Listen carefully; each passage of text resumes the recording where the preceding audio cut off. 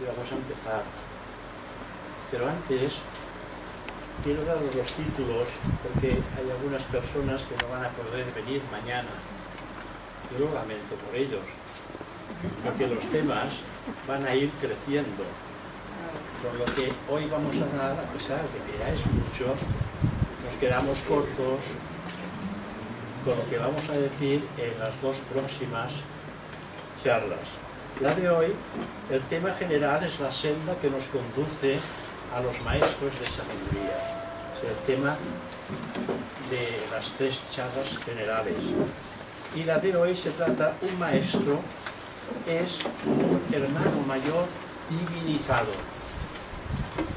La segunda charla, el título es La disponibilidad del discípulo va acorde a la pureza adquirida. Y la del domingo por la tarde, las 4 cualidades exigidas al discípulo para ser aceptado como discípulo a prueba. Por lo tanto, son temas que van a ir creciendo a medida que vayamos hablando de ellos. ¿El porqué de ese tema? Bueno, yo tengo una cierta debilidad por los temas que van más allá de la evolución humana, es decir, con aquellos temas que nos acercan hacia la evolución superhumana. Y como que hay grandes entidades que ya la han alcanzado, nosotros podemos, a través de las enseñanzas, seguir sus huellas con el fin de experimentar en su día y en su momento ese despertar de conciencia que nos conduce al adeptado. Sabéis vosotros que hay hombres perfectos llamados adeptos con la ya divinidad desarrollada en ellos. Ellos, por su trabajo, el tesón y la energía que han puesto en activar la voluntad espiritual, han alcanzado el desarrollo de la conciencia del adepto. Evidentemente que esto no viene solo, sino que viene como fruto de esfuerzos realizados a través de sus múltiples existencias. Hay seres humanos que ellos ya han completado su evolución humana, sin tener ya nada que aprender sobre lo que es esta experiencia humana en la que nosotros ahora nos estamos experimentando. Pero hay ya quienes, de alguna manera, ellos lo han vivido. Y su experiencia nos la pasan a través de la literatura y a través del contacto que pueden llegar a establecer con aquel individuo que ha despertado algo de su conciencia y que ha activado el poder de percepción que le permite conectar con esa realidad de estos grandes seres que han alcanzado lo que se llama la liberación.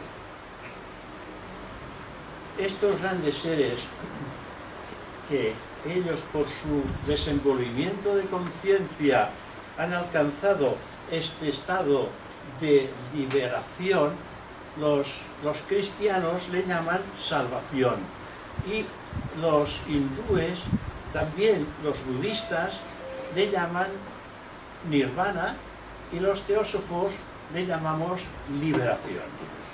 Alcanzar la liberación quiere decir que el individuo ha llegado a iluminarse internamente. La iluminación y la liberación son dos palabras que quieren decir exactamente lo mismo.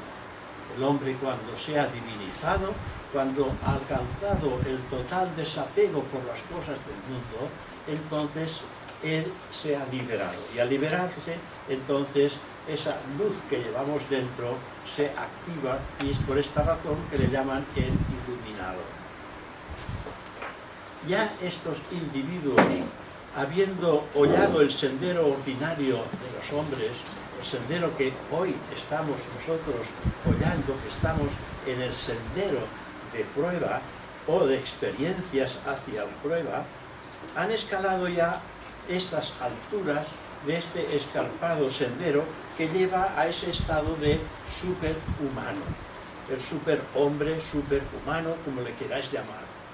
Cuando se ha alcanzado el adeptado, se dice que entonces termina lo que es la evolución humana y se inicia la evolución superhumana. De esta evolución superhumana no podemos hablar nada de ello porque los propios adeptos, ellos nos cuentan aquellas cosas que podemos saber por el momento.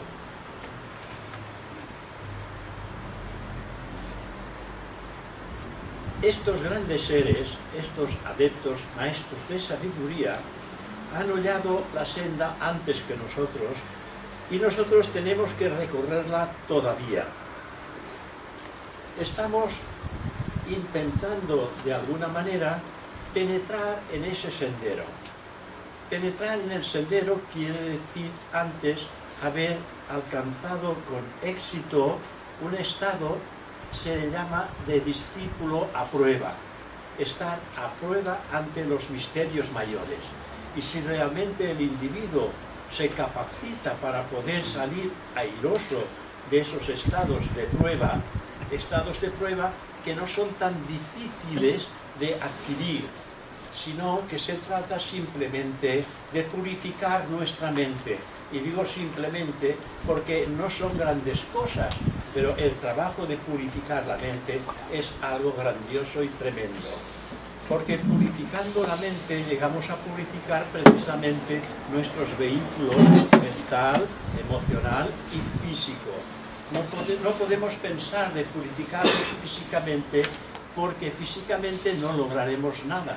Solamente podemos lograr purificar nuestra conciencia humana y divina cuando nuestra mente responde a esa aspiración más que deseo, la aspiración de convertirnos en personas de bien.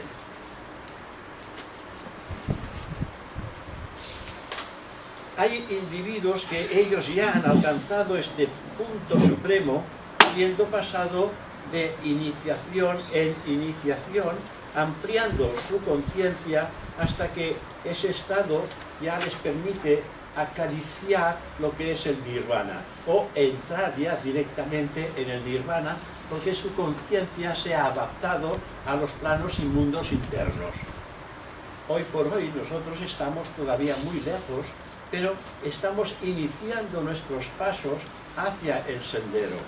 Somos aspirantes al sendero y esta aspiración nos llevará a colocar los pies, a hollar el sendero con el fin de poder llegar a encontrar en él aquello que necesitamos para que nuestra conciencia se vaya graduando en los mundos internos, vaya adquiriendo la percepción de esos mundos internos. El adeptado implica una expansión gradual de la conciencia. A medida que el individuo va vigilándose, va transformándose su naturaleza humana en divina, va supeditando su yo inferior a la voluntad del yo real en el hombre. A medida que va haciendo esto, se va acercando cada vez más en lo que se llama el sendero del discipulado. Pero para entrar en el sendero del discipulado, como antes hemos dicho, tiene que salir airoso de las pruebas kármicas que la vida le va a ir presentando con el fin de que él active el potencial inherente que existe en sí mismo y que supere el poder del yo personal. Porque ya sabéis que el yo es uno, pero cuando se manifiesta en lo personal de un individuo, se nace en ese individuo personal un nuevo yo, que es el yo hijo de la mente. El yo hijo de la mente es el que nos hace la Pascua durante toda nuestra existencia. Y a menos que pongamos nosotros la voluntad y la firmeza de neutralizar ese yo inferior, entonces, si no lo hacemos, el yo superior no puede manifestarse de esta personalidad porque ésta está distraída por las cosas del mundo. Y se trata de mantener las cosas del mundo en el mundo. e intentar alcanzar las cosas del espíritu, porque nosotros somos espíritu. La realidad de que si pensáramos realmente en todo momento que somos espíritu, intentaríamos despertar la percepción espiritual que nos permitiría entrar en contacto con los mundos superiores o los mundos espirituales, como queréis llamarlo. Con nuestra conciencia personal no alcanzaremos jamás los mundos espirituales, aunque penséis que quizás podéis hacerlo. Pero lo material se queda en el mundo material y lo espiritual se inicia a partir de que uno se ha desprendido de lo material e empieza a trabajar dentro de los mundos espirituales, despertando una prolongación de los sentidos hacia los mundos internos, percepción espiritual del yo superior. Cuando es el yo quien gobierna, el yo lleva a esa conciencia personal hacia los mundos internos.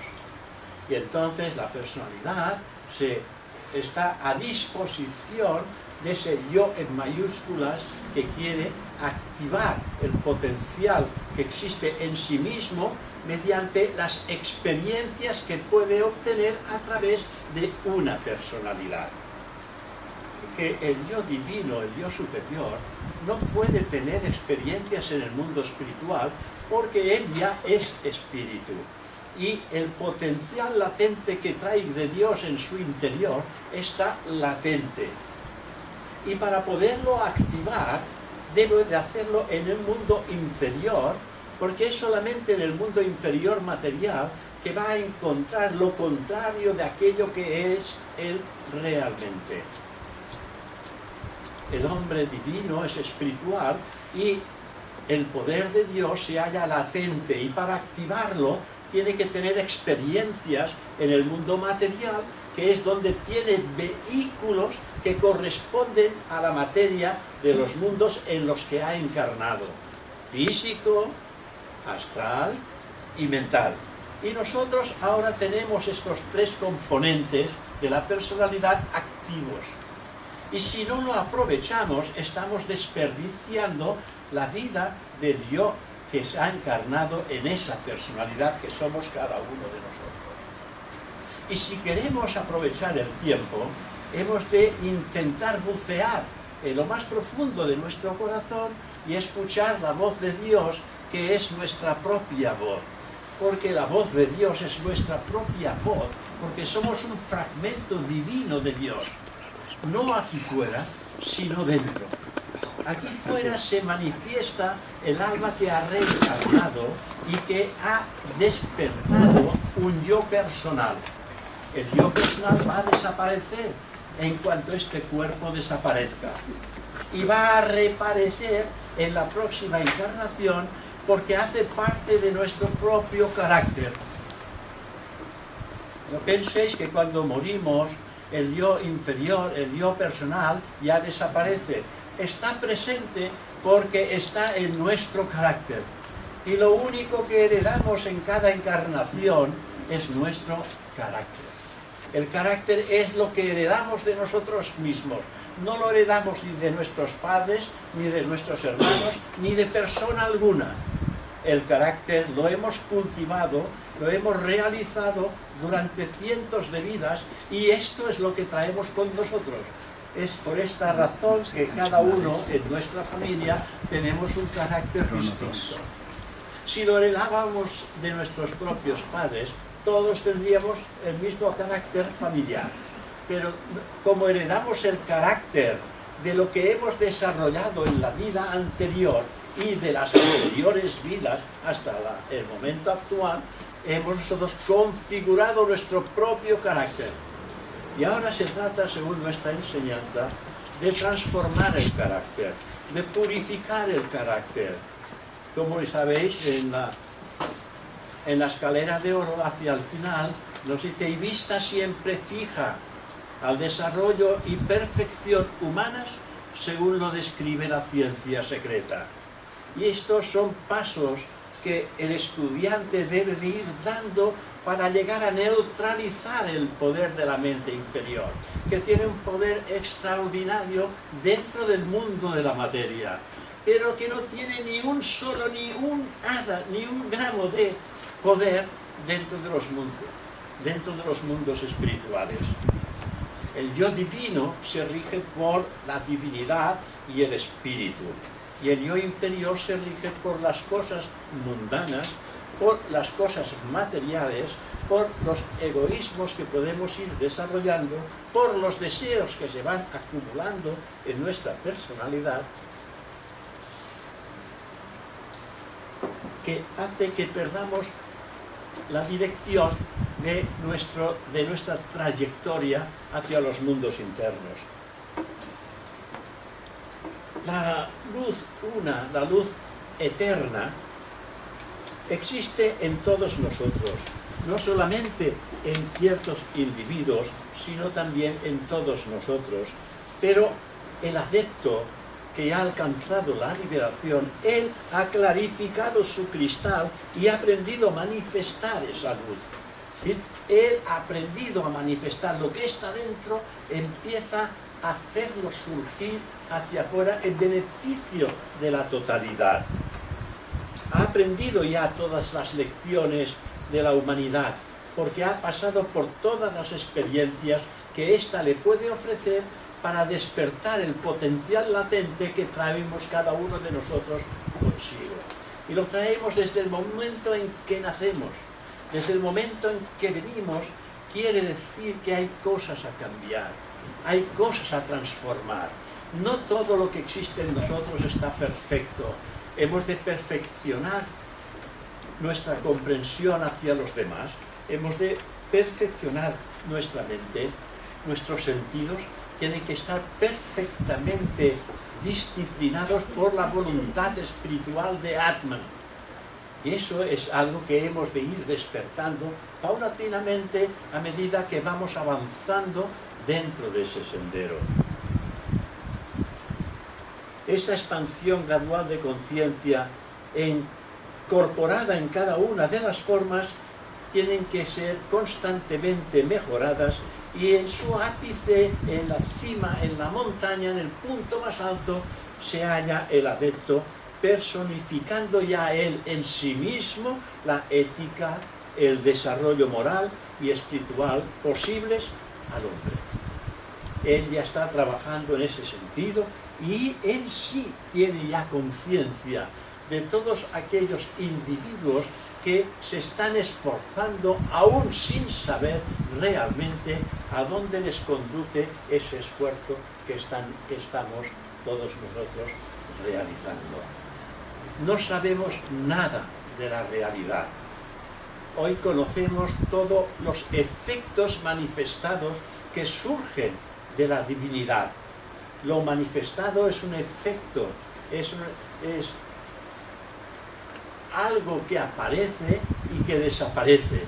Por lo tanto, aquello que nace y muere, que tiene principio y que tiene fin, no es la realidad en el hombre. La realidad del hombre es aquello que siempre es aquello que siempre está en uno mismo y que uno es consciente de la realidad.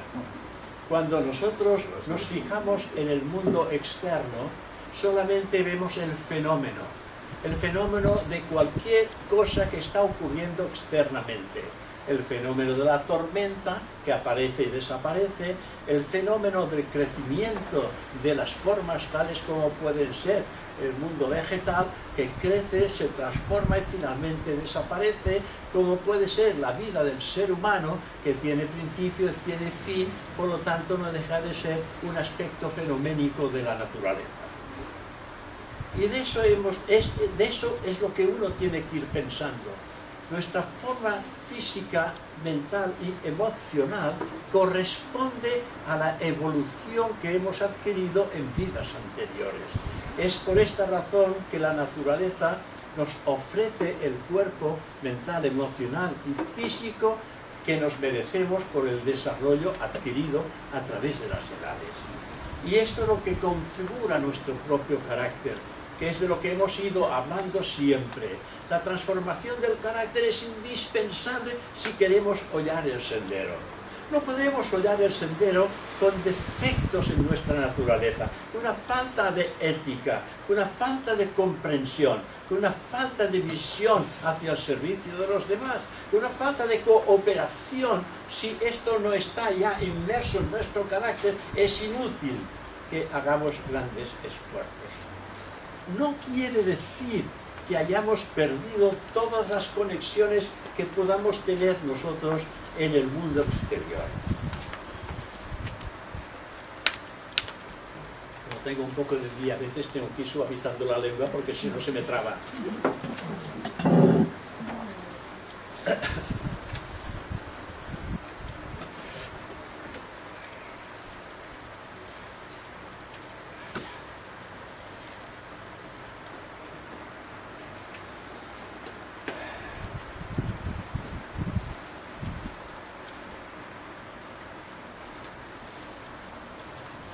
Unos cuantos de estos adeptos de los que estamos hablando, si bien ellos ya se han liberado, son libres de la rueda de nacimientos y muertes, ellos ya no necesitan hacer el espectáculo de obtener cuerpos físicos, mentales.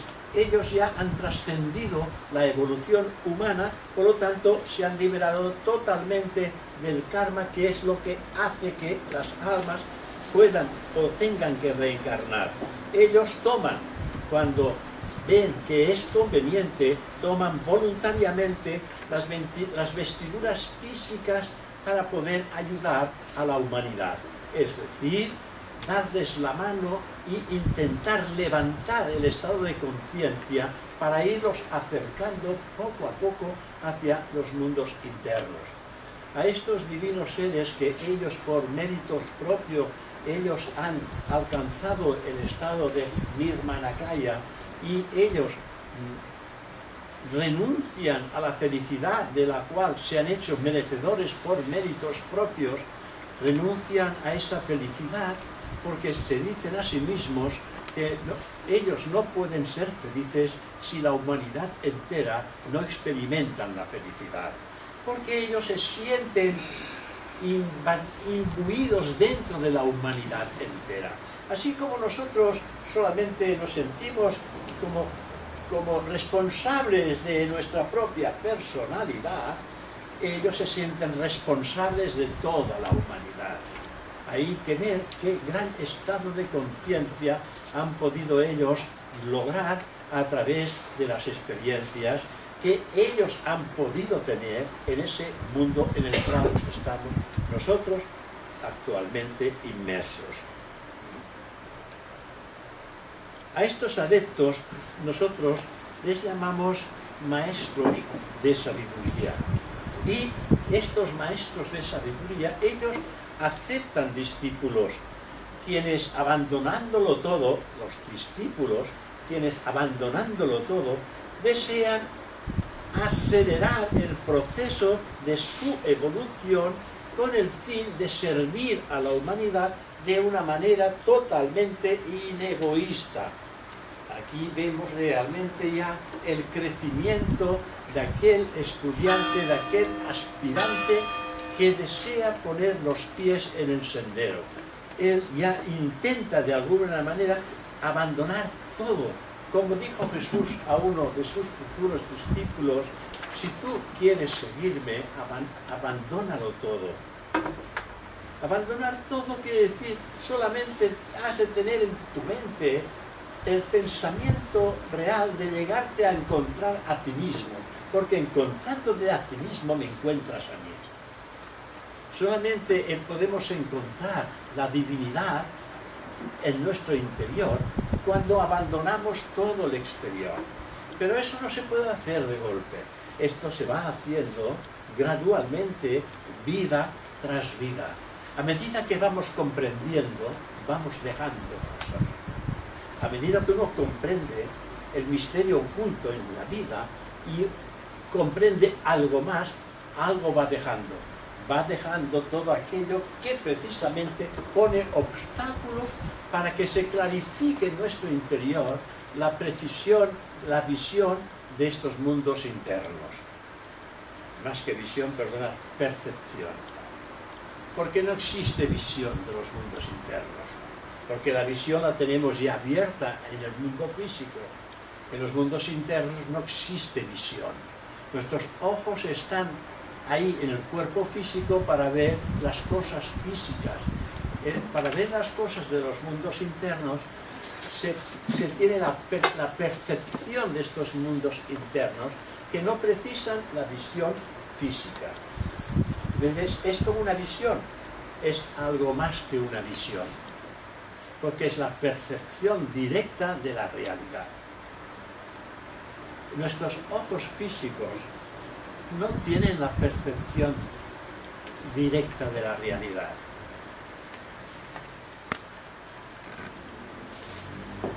Tienen la percepción de lo que es irreal. Si queréis hacer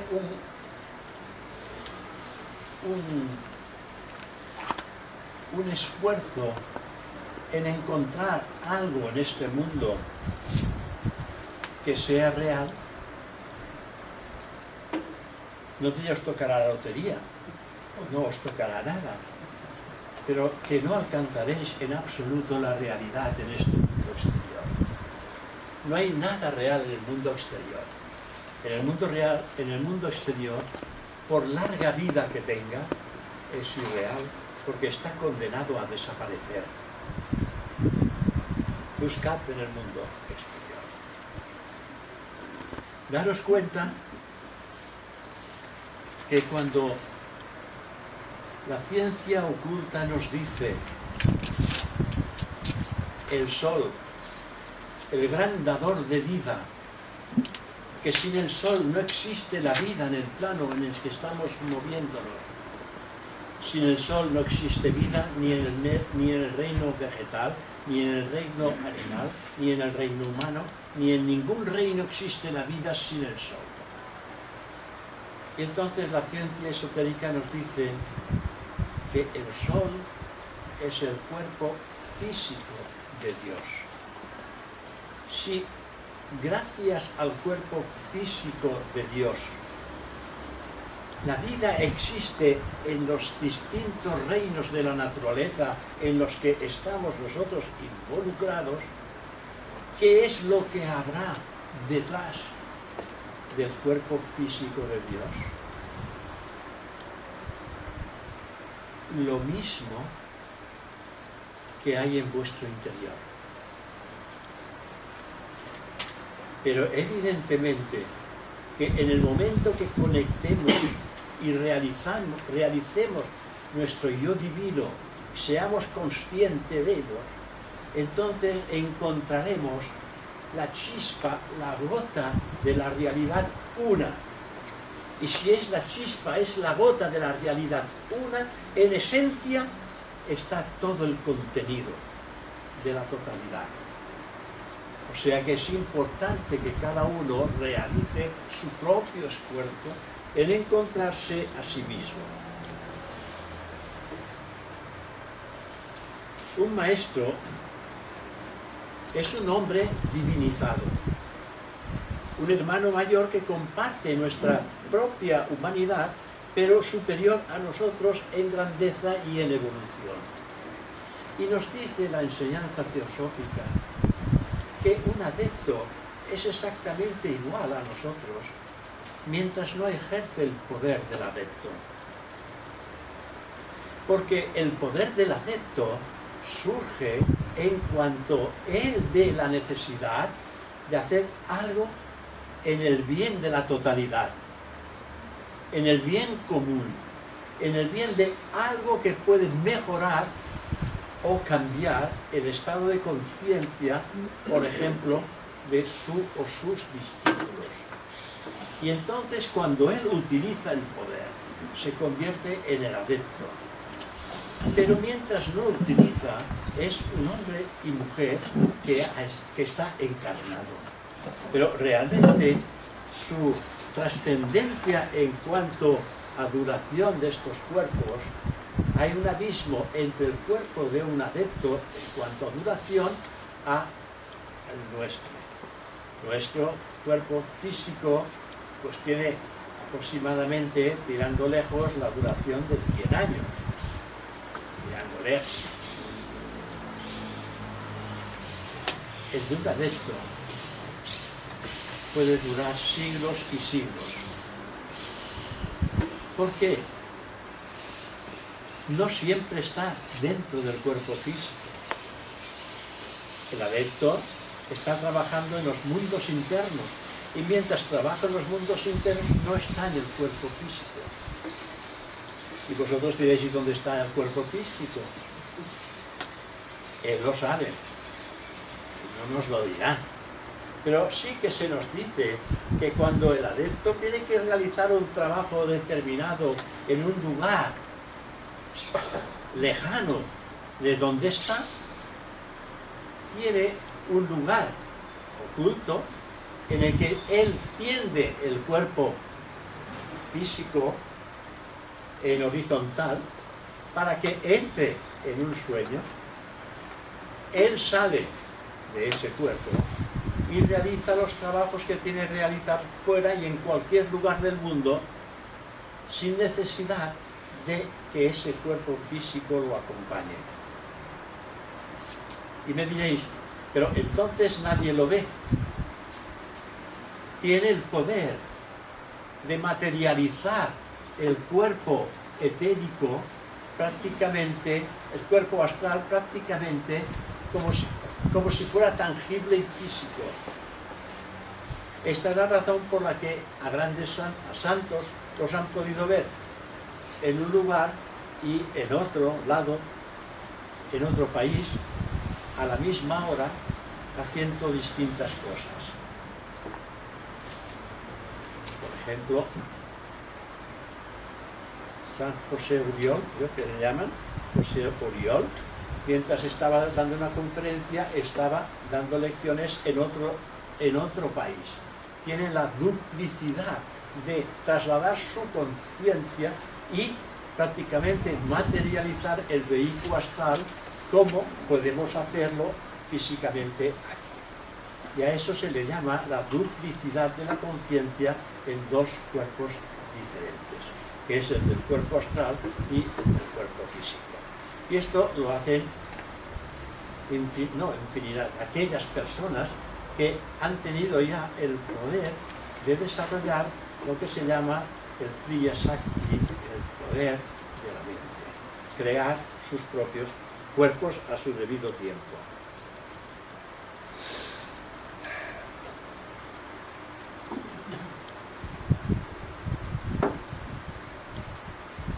Hay maestros que ellos ya no utilizan cuerpos humanos, que ellos solamente utilizan cuerpos espirituales y han dejado ya también ellos ya el contacto con la tierra, en tanto que otros permanecen aún en este nivel en contacto con los seres humanos, pero se ocupan de otras líneas también de servicio al mundo. Hay maestros que aceptan discípulos y otros que no los aceptan. Dependen de la labor que intentan o que hacen, que están realizando en el mundo entero. Infinidad de veces se nos dice que si los maestros son algo real o una fantasía. Esto también a veces surge en nuestras charlas, en nuestras reuniones. Hay personas en quienes el solo ideal de los maestros de sabiduría es algo valioso y también inspirador, aunque no los conozcan como un hecho, pues el ideal de los mahatmas o maestros o grandes almas es muy elevado. Podríamos buscar un ejemplo. Digamos, existen personas que son muy ignorantes en la vida. No digamos salvajes, digamos semisalvajes o muy ignorantes en la vida. Y hay otras personas que ya son sabias, que han alcanzado una sabiduría. Por lo tanto, el abanico es muy amplio entre el ignorante y el sabio. Pero el ignorante no puede pasar a ser sabio de la noche a la mañana, sino tiene que ir ascendiendo gradualmente, vida tras vida, adquiriendo una mayor lucidez, una mayor conciencia, una mayor inteligencia, que se vaya transformando en sabiduría. Porque la inteligencia es la que ayuda a que la sabiduría pueda manifestarse en el hombre. Porque la sabiduría no se vende ni se compra, ni la podemos encontrar en ninguna parte. Porque la sabiduría está en nuestro interior. Esta es la razón por la cual los grandes filósofos, ellos decían que la sabiduría no es una moneda de cambio. La sabiduría no es moneda de cambio. Así como el conocimiento sí que es moneda de cambio.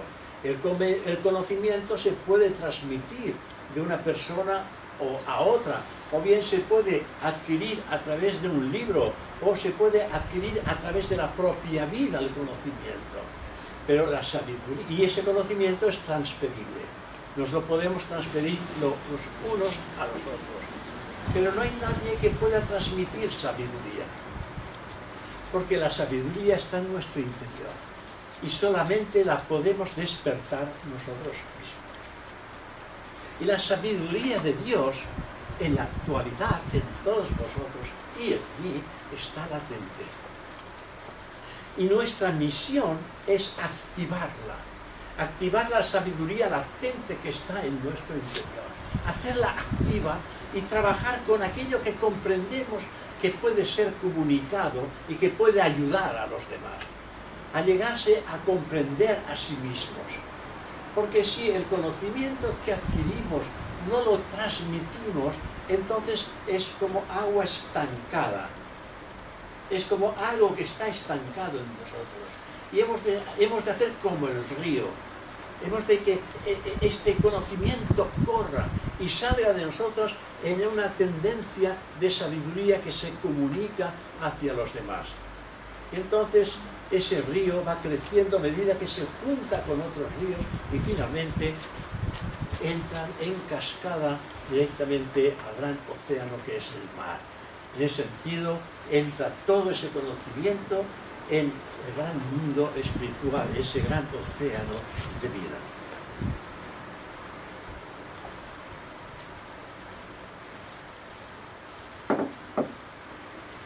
Admitiendo, pues, la existencia de los maestros como una teoría, es una teoría probable, ¿por qué no?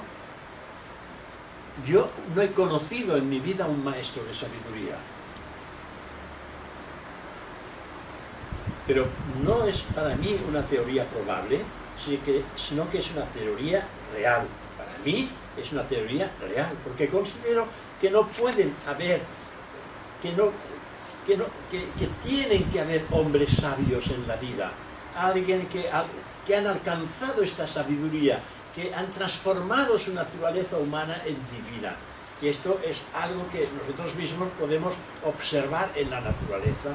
Existen personas mejor preparadas y otras que no lo están tanto. Por lo tanto, hay una diferencia, y esta diferencia es la diferencia de crecimiento y de desenvolvimiento de conciencia.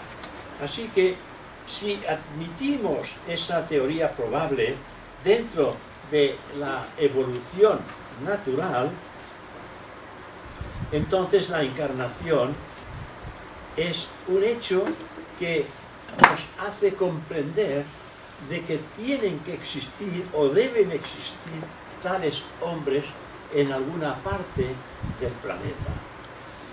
Claro que nunca los hemos visto, claro que nadie de los que yo conozco o he conocido, ellos han tenido la experiencia de conocer a un maestro de sabiduría. Y eso tiene una razón. La razón, que el viento se lo lleva todo. La razón es que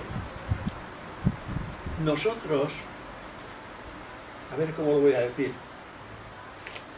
no nos hemos todavía llegado a conocer.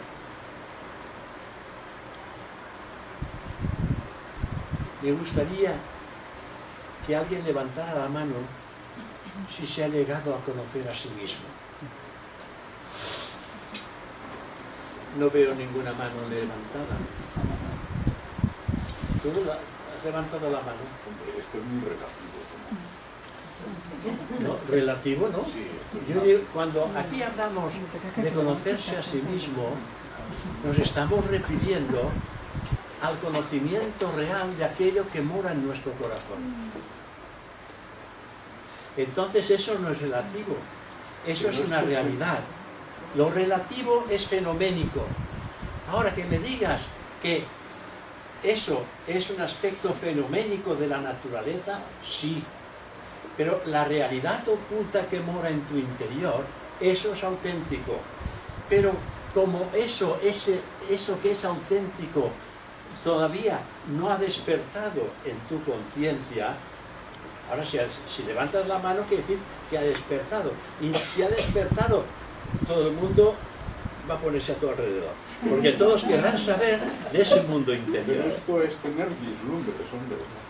A ver, la realidad del ser interno no lo conocemos y la razón por la que no conocemos es que estamos aquí. Estamos aquí porque queremos conocer, queremos saber, queremos llegar a conocernos a nosotros mismos como entes espirituales, porque sobradamente conocemos al ser carnal, al ser mental y al ser emocional. Lo conocemos sobradamente y no nos gusta mucho, porque tenemos apagadas muchos aspectos emocionales, los tenemos muy quietecitos porque a veces se quieren disparar, pero los mantenemos porque sabemos que no es conveniente hacerlo, ni ético tampoco. Pero cuidado, que eso que hoy estamos intentando mantener, que no salga a flote, no se ha transformado. Y en un momento determinado, cuando no tenemos la voluntad manteniéndolo quieto, se dispara. ¿Y sabéis dónde se dispara? En nuestra propia familia. O cuando perdemos el control. En una discusión, alguien que nos pisa fuerte el pie, ¡ah!, y allí sale todo. Cuando algo no se ajusta a nuestro pensamiento, también sale, pero cuando en el lugar donde no nos retenemos es en la familia. Y si uno se fija en ello, es cuando va a poner un poco de atención antes de dispararse e intentar pacificar su estado de ánimo hasta que finalmente tiene la oportunidad de ir domando ese espíritu rebelde que es la mente concreta. Porque la mente concreta es muy rebelde. Y yo supongo que todos vosotros esto ya lo habréis controlado. Cuando vosotros queréis dedicar un rato a vuestra mente con el fin de tenerla conectada con pensamientos elevados, os dais cuenta de que vuestra mente se ha ido por otros derroteros, por los cerros de Úbeda, y no habéis sabido mantenerla en aquello que queríais tenerla, en aquellos pensamientos que consideráis que son importantes, pero la mente es rebelde, no quiere ser sujeta. Y aquí se trata de trabajar con mucha diplomacia con nuestra mente para tenerla sujeta en aquello que queremos pensar. Y que la mente esté pensando, es que yo realmente, con lo que yo sé, pues no tengo necesidad de saber más cosas. Solamente el ignorante dice que es muy sabio. El ignorante dice que es muy sabio. Y el sabio dice, yo solo sé que lo que sé, no sé nada. Esto es lo que dice el sabio. Yo solo sé que lo que sé no es nada. El ignorante dice, yo sí que lo sé todo.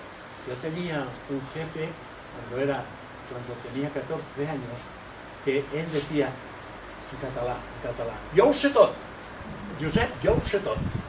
Y entonces le quedó el mote, yo ho sé tot. Y el pobre no sabía nada.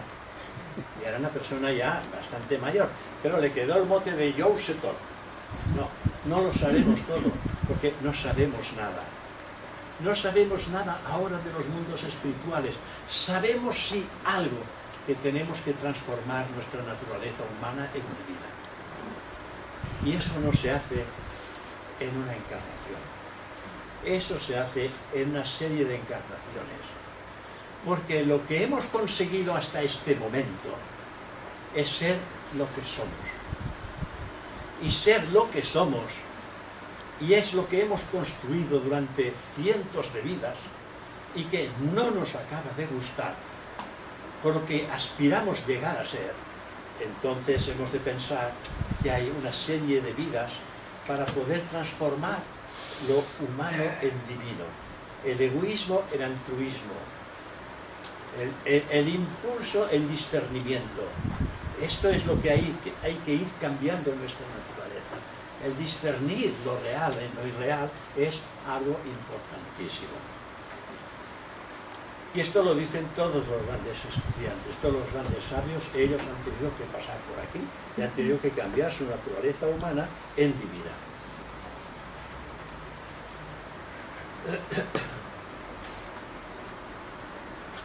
También al mirar nosotros retrospectivamente encontramos trazas de poderosas civilizaciones, lo que demuestra que debieron ya en aquella época existir hombres de un tipo más adelantado, capaces de fundarlas, más adelantados que nosotros, capaces de fundarlas. Civilizaciones anteriores a las nuestras y con los conocimientos que en la actualidad, a pesar de los avances que hemos tenido en ciencia y también en filosofía, etcétera, aún no hemos alcanzado el desenvolvimiento del poder que tenían en esas otras civilizaciones ya pasadas. Se tiene también el testimonio de primera mano que existen ya también en la India y en otras partes muchos hombres que ellos dicen que tienen conocimiento personal de los Mahatmas, de los maestros, que entrenan ellos a sus discípulos en el más elevado sendero del Raja Yoga o yoga real. Y en esos sí que tenemos nosotros conciencia de que esto es así, porque miembros de la Sociedad Teosófica de la Vieja Guardia, de principios, a finales del siglo XVIII, habían personas que tenían contacto directo con maestros de sabiduría. Y ellos nos han explicado a través de la literatura esos contactos que tenían con los maestros de sabiduría. Y también tenemos las cartas de los Mahatmas, lo tenemos por aquí, que ellos mandaban cartas precipitadas, habéis oído hablar de ellas, cartas precipitadas al Signet, un miembro de la Sociedad Teosófica que llevaba un diario en la India, estaba en la India y llevaba un diario. Y él fue coleccionando estas cartas de los Mahatmas y a su debido tiempo pues se publicó un libro. El maestro dijo que no se publiquen estas cartas, pero finalmente cuando él murió dejó estas cartas a un sobrino suyo y este sobrino pues dio la autorización de que puedan ser publicadas y las tenemos publicadas aquí, que se llaman las cartas de los Mahatmas. Estas cartas, si os las leéis, veréis realmente una sabiduría dentro de ella que es imposible encontrarla en una persona normal como vosotros. Una sabiduría que es extraordinaria, fuera de serie, fuera de lo común. Este yoga que ellos enseñan a través de esta literatura es el yoga que entrena precisamente la mente en vez del cuerpo y cuya técnica es la concentración de la mente, la meditación y el desarrollo de las más altas facultades. O sea que veis que realmente el conocimiento que podemos encontrar en estas cartas pueden ayudar enormemente al desenvolvimiento de la conciencia. Ahora, en el mes de agosto, en la escuela de verano, el título de lo que será la escuela de verano es la meditación. Parece que se llama la meditación. Sí. Ahí se va a desarrollar el principio de la meditación a través de sus 3 fases como es natural. Y ahí veréis, a través del orador, que presentará las grandes dificultades que tenemos los seres humanos para llegar a concentrar nuestra mente. Y solamente para daros cuenta de lo que es la concentración de la mente, concentrar la mente quiere decir concentrarla en aquello que queréis pensar, ¿no? Pensar en algo en lo que queréis profundizar. Veréis cómo vuestra mente, cuando queráis llevarla por el terreno en lo que queréis trabajar, la mente se irá por otras cosas. Y no es posible meditar si no se alcanza una concentración profunda. La concentración es indispensable, porque si no, no se medita, se cavila en 1000 cosas al mismo tiempo. Se pasa de una cosa a otra. Por aquí me dice que no. Dice que no, pues. Bueno, te estoy viendo de la cabeza constantemente. Si dice que no, es que él tiene el poder de concentrarse en una sola cosa y llegar al final y obtener la auténtica respuesta de aquello que va a meditar. Porque la meditación, ya sabéis que consta de 3 fases: la concentración, meditación y contemplación o éxtasis o samadhi, como lo queráis llamar. Pero para llegar a ser uno con el objeto de meditación, tienen que haber desaparecido toda tendencia mental. Toda tendencia mental. Porque ¿qué es lo que está frenando siempre el proceso? Las tendencias mentales que se renuevan constantemente en la mente. Que si tengo que ir al médico, primero vamos a ponernos a meditar, a concentrar la mente en una cosa. Pero entonces viene la tendencia de que tengo que ir al médico, que tengo que después ir allí porque hay rebajas, que tengo que después pasar por a ver al amigo o la amiga que da una hora determinada, no sé si de tiempo o algo tarde. Claro, como estamos cavilando en infinidad de cosas, pero en aquello que queremos concentrarnos. Porque para nosotros concentrar es concentrar la mente en la búsqueda del ser real que existe en cada uno de nosotros. No hace falta ir a los Himalayas a concentrarnos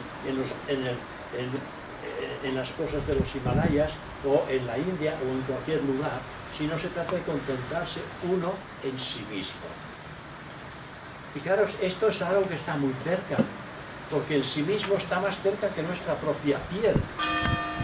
Entonces es más fácil intentar concentrarse en uno mismo que concentrarnos en la idea de Dios. Porque la idea de Dios, ¿dónde la colocamos? Si Dios está en nosotros, ¿por qué buscar una idea fuera de nosotros? Vamos a concentrarnos en nosotros mismos y algún día de dentro surgirá la respuesta. Cuando el hombre dice, a través de esta meditación me llego a encontrar a mí mismo, me acerco al yo divino y él con su divina gracia me acerca al sí mismo. Nos acercamos mutuamente porque dejamos cosas fuera, cosas que están en nosotros.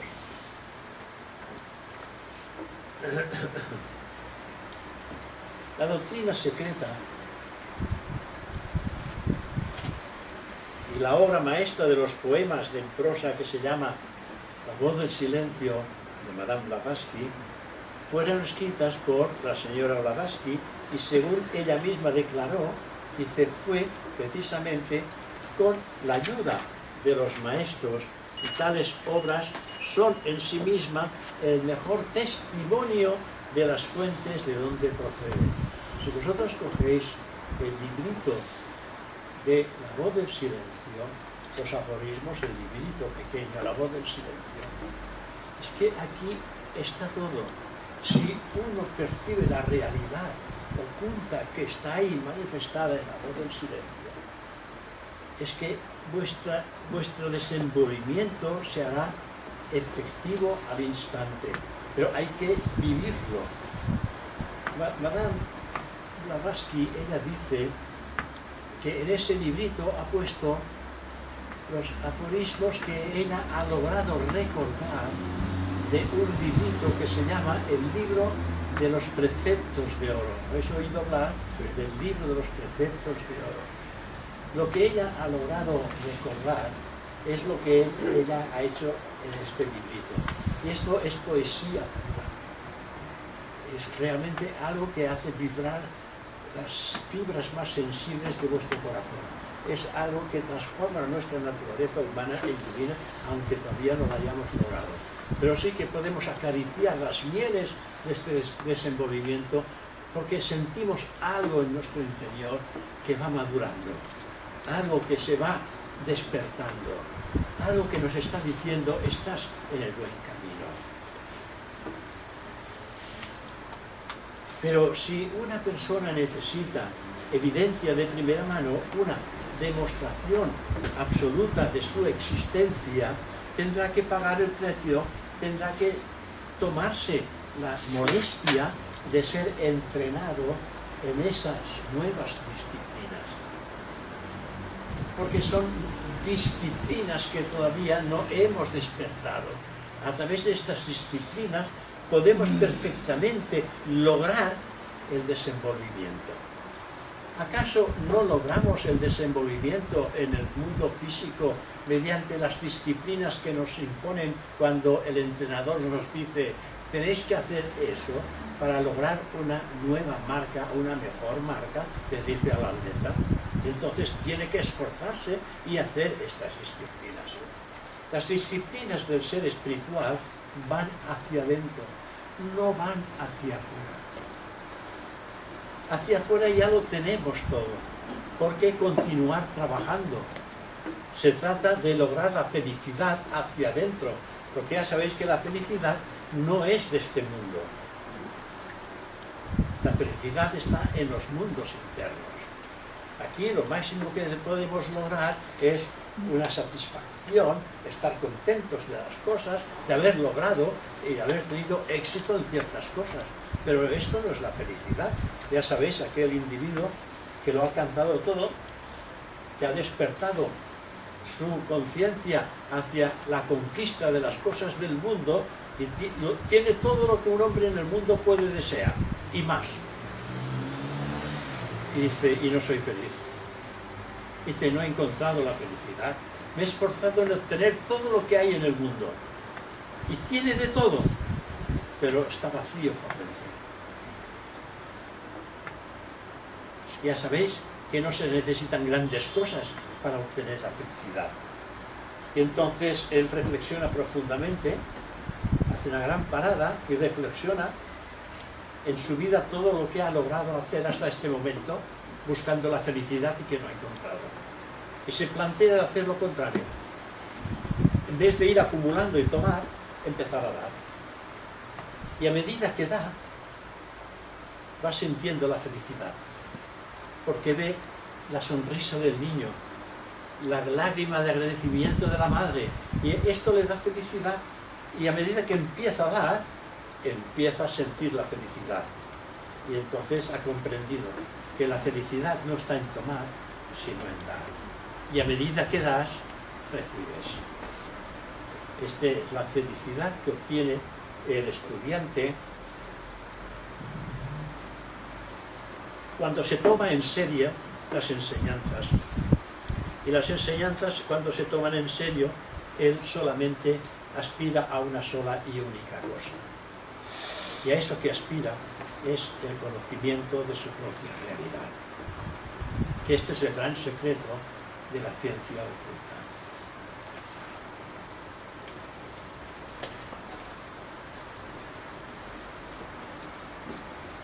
El entreno que el estudiante al cual debe someterse es el de intentar adquirir conocimientos y sabiduría y de hollar el sendero que los mismos maestros tuvieron que andar, pisar, antes de llegar a ser miembros de lo que se llama la Gran Fraternidad Blanca. Ellos también tuvieron que esforzarse para poder hollar el sendero antes de entrar en contacto directo con lo que es la Gran Fraternidad de Blanca. Si una persona corriente encontrase o se encontrara con un maestro en el plano físico, seguramente y con toda probabilidad no lo reconocería como tal.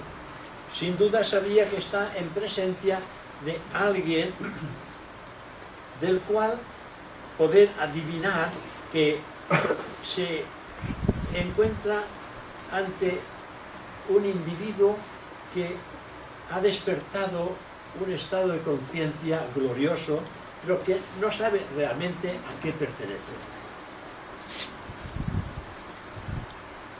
Pero la ciencia oculta nos dice también, y esto es interesante, que si queremos convertirnos en un santo, tendríamos que buscar la compañía de un santo. Si quieres convertirte a la santidad, busca por compañero un santo. Pero, ¿cómo sabemos nosotros que estamos delante de un santo varón? Seguramente por sus obras. Porque alguien dijo, por sus obras los conoceréis. Entonces, si estamos atentos y vemos que por su manera de actuar, de sentir y de pensar, está demostrando que hay una calidad y una sensibilidad extraordinaria de la que nosotros queremos apropiarnos. Y ahí, si estamos atentos, hay entre las personas en la humanidad, hay personas que han despertado esta conciencia. Hay discípulos aceptados de maestro que están trabajando en el mundo cumpliendo las sugerencias, y no digo órdenes, sino digo sugerencias que el maestro deja caer ante el discípulo. Y cuando el discípulo está atento, una sugerencia para él es algo que debe de hacerse. Y es estar siempre con esta atención plena. En primer lugar, por su nobleza y dignidad, por la serenidad, benevolencia, que expresa esa paz interna, pero no habría peculiaridad externa alguna por la cual poder adivinar el hecho de encontrarse uno frente a un adepto. Solamente revelando lo divino que hay en nosotros es como podemos llegar a descubrir lo divino en los demás. Solamente despertando, revelando lo divino en nosotros, podemos descubrir lo divino en los demás.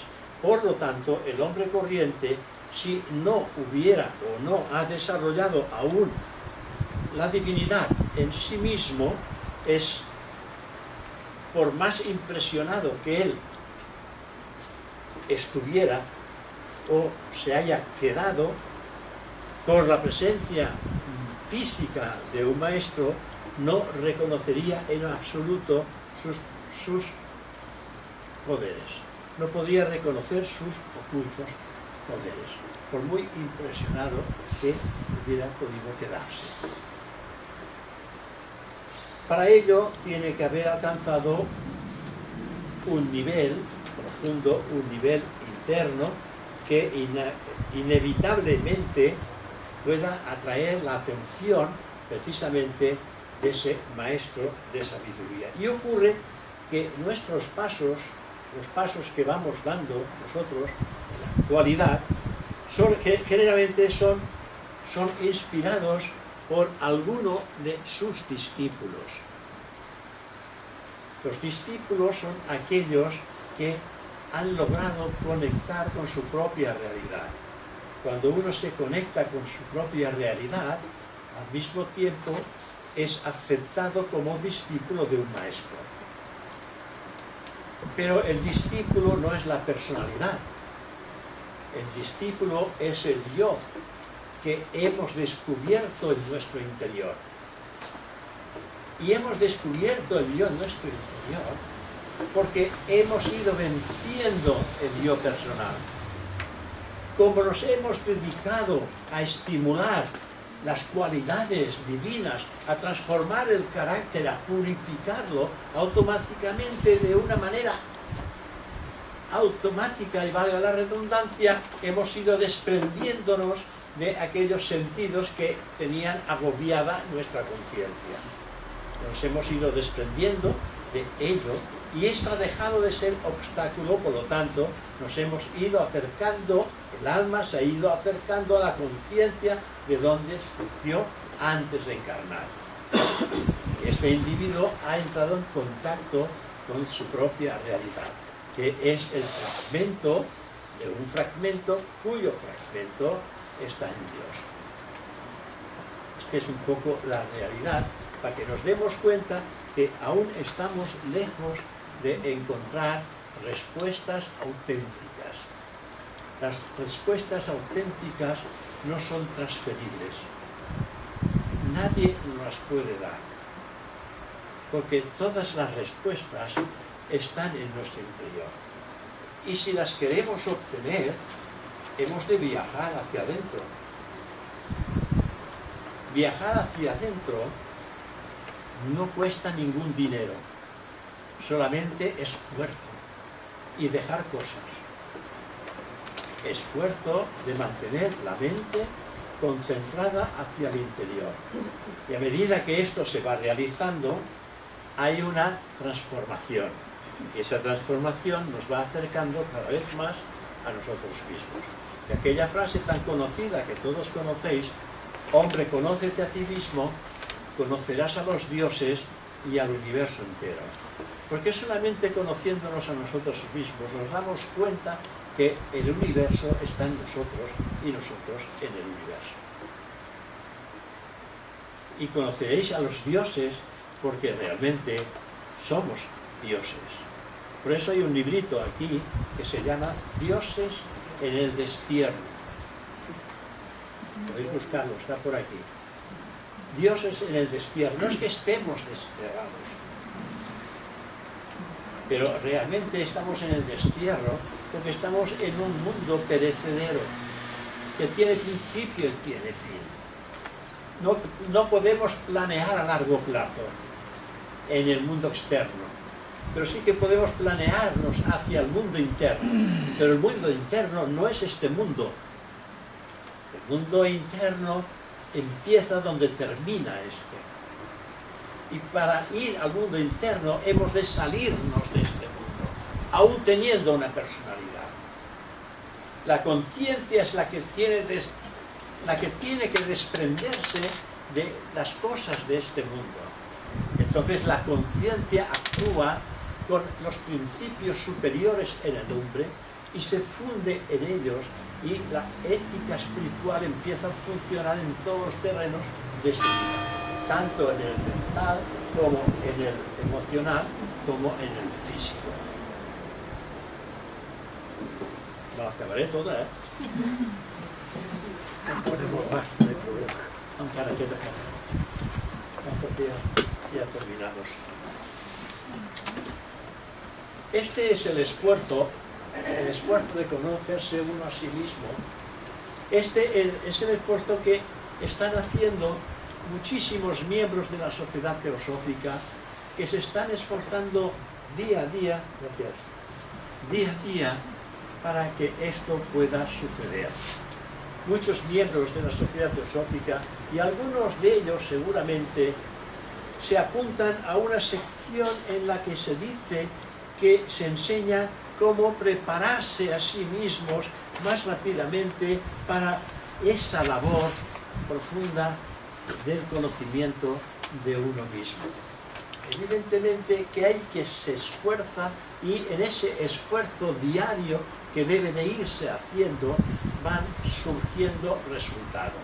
En un principio son resultados muy pequeñitos, evidentemente, de reconocimiento de muchas cosas, de muchos defectos que están adheridos a nuestro carácter y que debemos de ir puliendo. Pero el hecho de reconocerlo ya es como empezar a dejarlos. El reconocerlo es como empezar a dejarlo. Porque si reconocemos algo que afea nuestro carácter, intentaremos librarnos de ello lo más rápidamente posible. Y esto es lo que intenta hacer los miembros teosóficos, los que se han apuntado con el fin de transformar sus vidas. Y al cabo de un tiempo nos dicen, es que realmente la teosofía ha cambiado mi vida.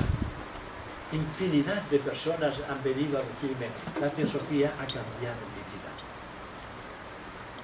Ya no pienso como pensaba antes, porque la teosofía nos enseña a pensar, nos enseña a encauzar nuestros pensamientos por otros derroteros. Y cuando uno cambia de pensamiento, nuestra vida cambia. Y cuando la vida cambia, cuando nuestros pensamientos cambian, somos más felices. Porque todo cambia a nuestro alrededor. Y hasta incluso me han dicho, es que la gente parece ser que ha cambiado. La gente ha cambiado, es mejor que lo era antes. No se ha dado cuenta que la gente sigue siendo como era, pero que algo ha cambiado en su conciencia. Todos vamos cambiando a medida que vamos profundizando en esta enseñanza. Nadie cambia, nadie cambia nada en nosotros. Somos nosotros que vamos cambiando a medida que nos vamos experimentando dentro de estas enseñanzas. Pero experimentándonos de una manera seria.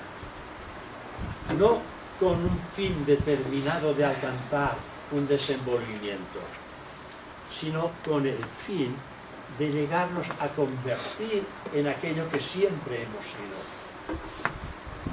Limpios, sanos por dentro, con una mente limpia y lozana y abierta, con un pensamiento alto y profundo y un corazón puro y sano. Es decir, intentar alcanzar mediante estos peldaños un estado de conciencia cada vez más elevado. Parece ser, según decían algunos antiguos teósofos de la vieja guardia de hace aproximadamente 70 o 80 años atrás, que cuando una persona se interesa por la enseñanza teosófica, el maestro la mira. Porque algo ocurre en el interior del estudiante, aunque él no se dé cuenta, algo ocurre en el interior. ¿En qué interior? En su propia divinidad, en el ser profundo y real que aquello que él es. Porque el maestro se fija en aquello que él es y no en lo personal. Y algo ha cambiado en aquello que él es, que llamamos el sí mismo. Y entonces, generalmente,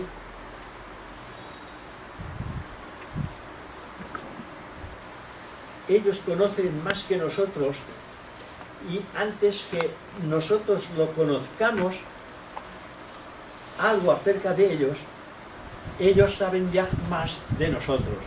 Dice, y el adepto jamás olvida algo, y cuando observa casualmente a una persona, dice, ya no la pierde nunca más de vista. Cuando ya ve algo. Yo lo he dicho muchísimas veces aquí, y es que nosotros, la humanidad, somos como velas encendidas. Algunos me han escuchado esto, he dicho más de una ocasión. Los humanos, en los mundos internos, somos como una vela encendida.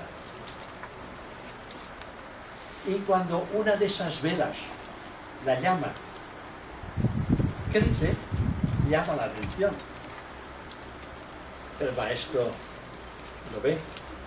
Porque la llama que se enciende más no es lo de lo personal, es del ser divino que mora en nuestro interior. Y ese ser divino que mora en nuestro interior está creciendo, se está activando, y como que es una luz que brilla más que las otras, llama la atención. Y no solamente llama la atención de un maestro de sabiduría, sino que también llama la atención de un maestro del sendero de la izquierda.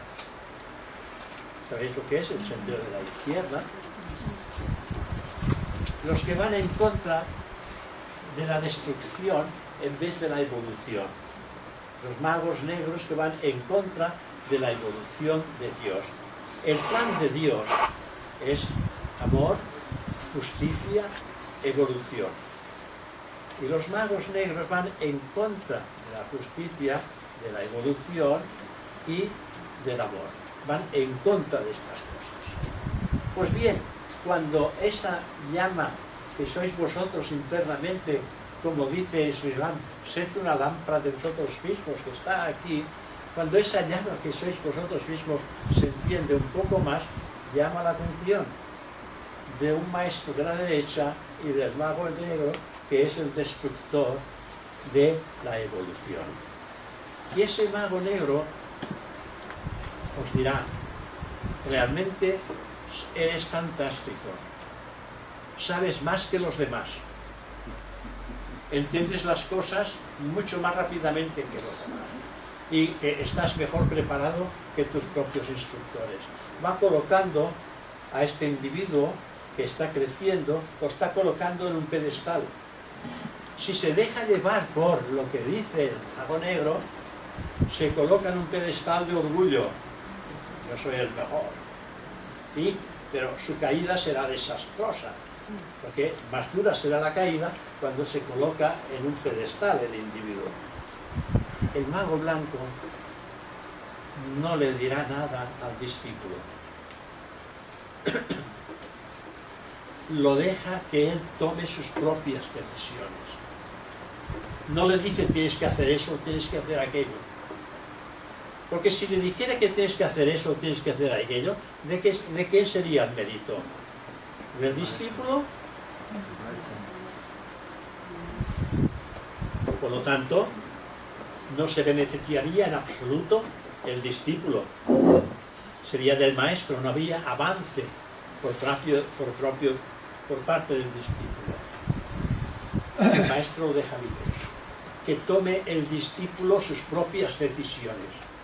Si se equivoca, kármicamente, tendrá que transformarlo a su debido tiempo. Por lo tanto, si nosotros estamos creciendo, quiere decir que nuestra comprensión de la vida se está ampliando y tendremos que tomar decisiones. Otra cosa que es importante, con eso terminaremos, porque no la puedo terminar porque es muy largo, pero ya lo terminaremos mañana. Cuando uno tiene que tomar decisiones y de alguna manera está experimentando en su interior que hay una energía que está creciendo, hay una energía que estamos registrando, esa energía que recibimos desarrolla lo bueno y lo malo, porque la energía es neutra.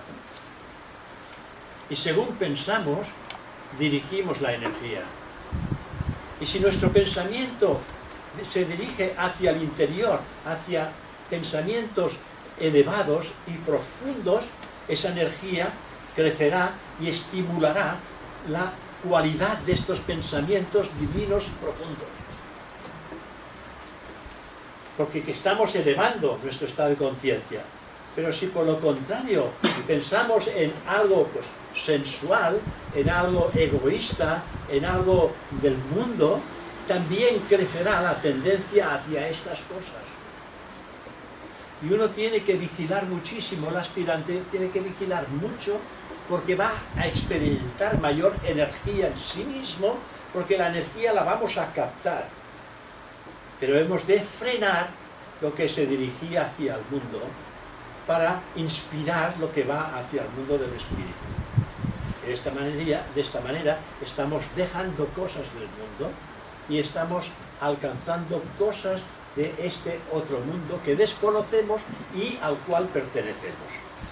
Porque en realidad no pertenecemos a este mundo, sino que pertenecemos a los mundos internos, a los mundos espirituales, que en realidad es lo único que cuenta para nosotros, el mundo espiritual. Vamos a dejarlo aquí porque tenéis un ratito para hacer los grupos y a través del contacto que pueden llegar a establecer con aquel individuo que ha despertado algo de su conciencia y que ha activado el poder de percepción que le permite conectar con esa realidad de estos grandes seres que han alcanzado lo que se llama la liberación. Estos grandes seres que ellos por su desenvolvimiento de conciencia han alcanzado este estado de liberación, los cristianos le llaman salvación y los hindúes, también los budistas, le llaman nirvana y los teósofos le llamamos liberación. Alcanzar la liberación quiere decir que el individuo ha llegado a iluminarse internamente. La iluminación y la liberación son dos palabras que quieren decir exactamente lo mismo. El hombre, cuando se ha divinizado, cuando ha alcanzado el total desapego por las cosas del mundo, entonces él se ha liberado. Y al liberarse, entonces esa luz que llevamos dentro se activa y es por esta razón que le llaman el iluminado. Ya estos individuos, habiendo hollado el sendero ordinario de los hombres, el sendero que hoy estamos nosotros hollando, que estamos en el por los temas que van más allá de la evolución humana, es decir, con aquellos temas que nos acercan hacia la evolución superhumana.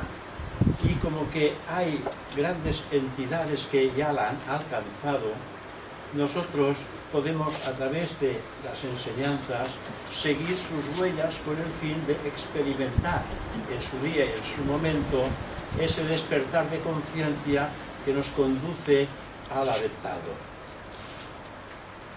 Sabéis vosotros que hay hombres perfectos llamados adeptos con la ya divinidad desarrollada en ellos.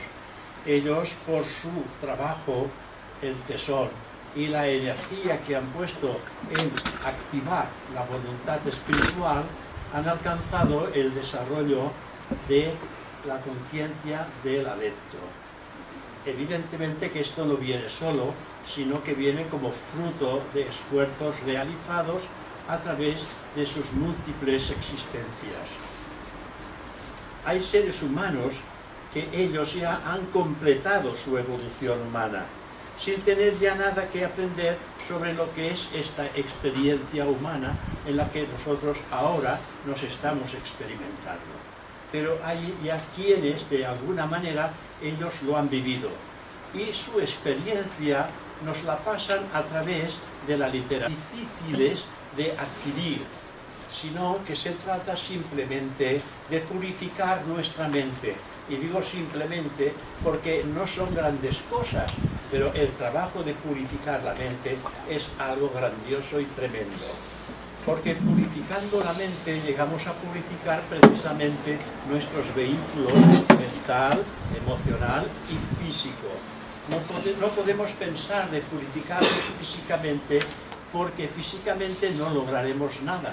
Solamente podemos lograr purificar nuestra conciencia humana y divina cuando nuestra mente responde a esa aspiración más que deseo, la aspiración de convertirnos en personas de bien.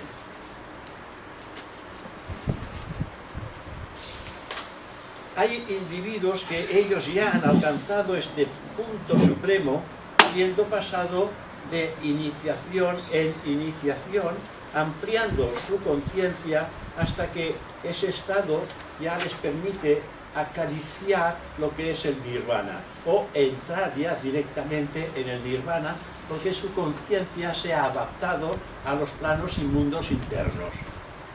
Hoy por hoy nosotros estamos todavía muy lejos, pero estamos iniciando nuestros pasos hacia el sendero. Somos aspirantes al sendero y esta aspiración nos llevará a colocar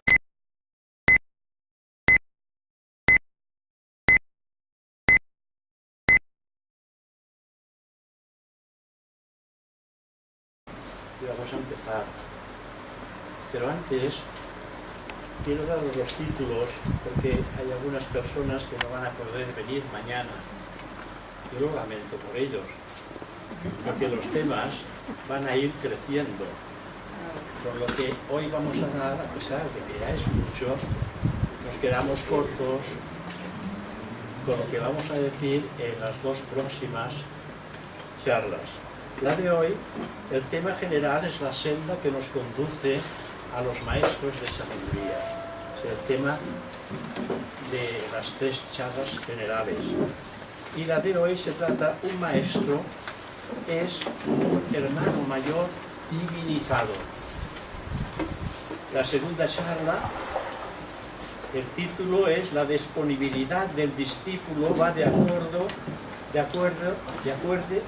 acorde a la pureza adquirida. Y la del domingo por la tarde, las 4 cualidades exigidas al discípulo para ser aceptado como discípulo a prueba. Por lo tanto, son temas que van a ir creciendo a medida que vayamos hablando de ellos. ¿El porqué de ese tema? Bueno, yo tengo una cierta debilidad por el sendero de prueba o de experiencias hacia la prueba. Han escalado ya estas alturas de este escarpado sendero que lleva a ese estado de superhumano, el superhombre, superhumano, como le queráis llamar. Cuando se ha alcanzado el adeptado, se dice que entonces termina lo que es la evolución humana y se inicia la evolución superhumana. De esta evolución superhumana no podemos hablar nada de ello porque los propios adeptos, ellos nos cuentan aquellas cosas que podemos saber por el momento.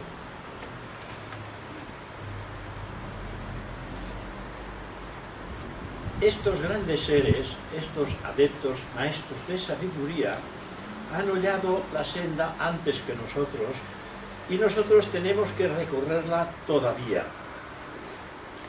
Estamos intentando, de alguna manera, penetrar en ese sendero. Penetrar en el sendero quiere decir antes haber alcanzado con éxito un estado, se le llama de discípulo a prueba. Estar a prueba ante los misterios mayores. Y si realmente el individuo se capacita para poder salir airoso de esos estados de prueba que no son tan